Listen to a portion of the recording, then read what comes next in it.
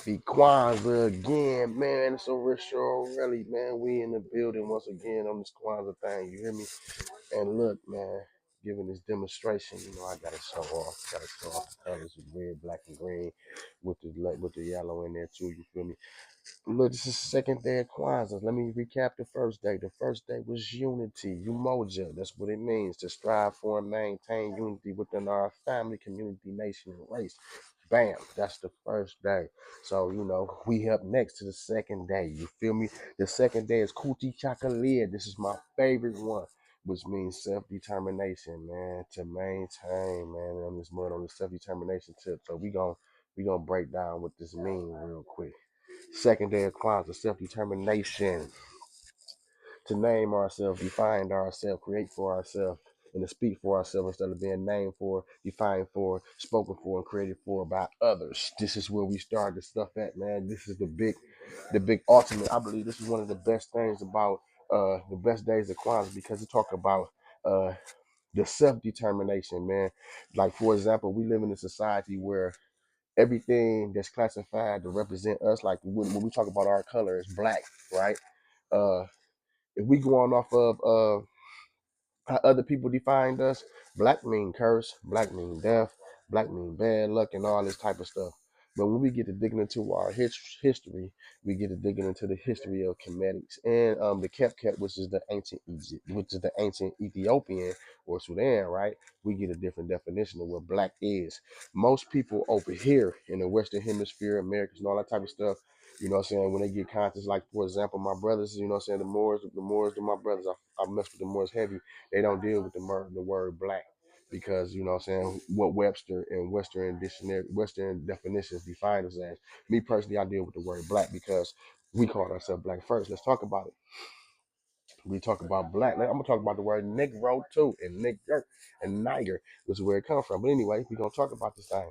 The reason why I'm gonna talk about the black because in the Kemetic principles you have what is called Amen, which means it's the aspect of God that cannot be defined. It's the hidden aspect, right? It's too vast to even fathom it. You know what I'm saying? So when I'm in, they always show to a little wrinkled little symbol, which would mean, they like water or whatever they saying. In the undefined state, water is just all it is, and it's just what it is. But a representation of aspect of Amen was Cam. Cam was the unadulterated energy slash matter. It was the black char. It was a burnt piece, like a burnt charred brick or something like that, or wood or whatever. That was the symbol for Cam. And again, they represented unadulterated energy slash matter. And that's why they call themselves the Kametics people. You know what I'm saying? People in the land of the black. We talking about divine black. We talking about the God particles of black. You know what I'm saying? So they said that they call it the place where they stay. They call it Kamit. They call themselves Kamu. People divine black. Karen was God. It's an aspect of God. Remember, we talk about many names, but many what's name. But anyway, we dealing with ourselves, how we define ourselves. You know what I'm saying? Like for example, there was a creation story before the Bible was written, right? Uh, and it ain't had nothing to do with Adam and Eve. And it was multiple creations of story. I can name a few of them, but we ain't gonna go to. But I'm gonna name one, for example. The reason why I'm naming it because we use this thing right now to this day. Uh, it's called fam. Fam was one of the original men, according to the ancient Bangara teachings. You know what I'm saying? And the name Fam means power. You know what I'm saying? And the reason why I brought that creation story up because Fam had died and Fam was resurrected and everything, like the Christ figure was. You feel me?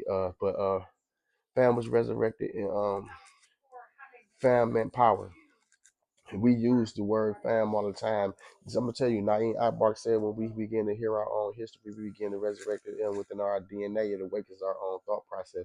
So we use words like cam, you know what I'm saying? I mean fam and stuff like that right now to this day. And it's the root word of family, where we get our power from. Our power comes from family and stuff like that. So anyway, man, that's fam. But like I said, we got other little things that we have implemented in our lives that mean, you know what I'm saying? Like the word yo. We say yo when we're trying to get somebody attention, or yo when we trying to begin to rap. You hear that all the time. Yo, yo, yo. Yo represented the vibration of spark creation and the silence that ends it. You know what I'm saying? And we use it in the same context. Yo, I'm about to initiate a rap.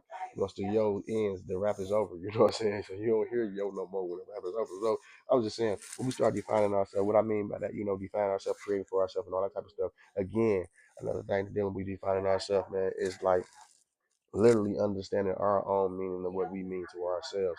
If we haven't created one ourselves with our own language, we believe in self-determination to be creative enough to create words that define you properly. We must use what our ancestors called themselves. If we valued ourselves, man, at all times, we bring our words with us. As you notice that everything that we do over here in the Western civilization, it got to do with it's Greek and Rome. It's Greek, Roman. It takes us all the way back to the Greek and Roman Empire. You know what I'm saying? Greco Rome and all that type of stuff in Latin and stuff like that because them was the fathers of the European nations. You know what I'm saying? So when we get to talking about a Cuba line, when we get to talking about we breaking away from that cycle of being defined by other people because they define themselves as best and they define everything else as worse. But we define ourselves as best within our own stuff. So self determination is my favorite day. That's why I stand at this. I love self determination, man. Kujichagulia, y'all need to sink that into y'all head. It's the second day of Kwanzaa, man. I hope y'all feel this, man. Give me comments on what y'all think about self determination. And, I'll be back in a minute. One love, many lives, one nation, one struggle. Peace. Remember, it's the second day of Kwanzaa. Kujichagulia to the guys and goddesses out there, man. Around Bay, you feel me? We in the building, man. Give me your thoughts.